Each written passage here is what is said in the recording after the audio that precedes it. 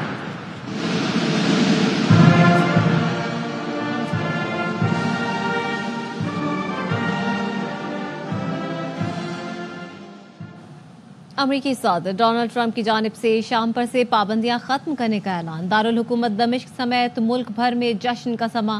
شامی اور سعودی پرچم تھامے ہزاروں افراد نعرے لگاتے سڑکوں پر نکل آئے. آتش بازی بھی کی گئی, عمارتیں رنگوں سے سج گئیں. بلوچستان میں دہشت گردی کرنے والے بھارت کا حال دیکھ لیں. افواج پاکستان نے مودی سرکار کا غرور خاک میں ملا دیا.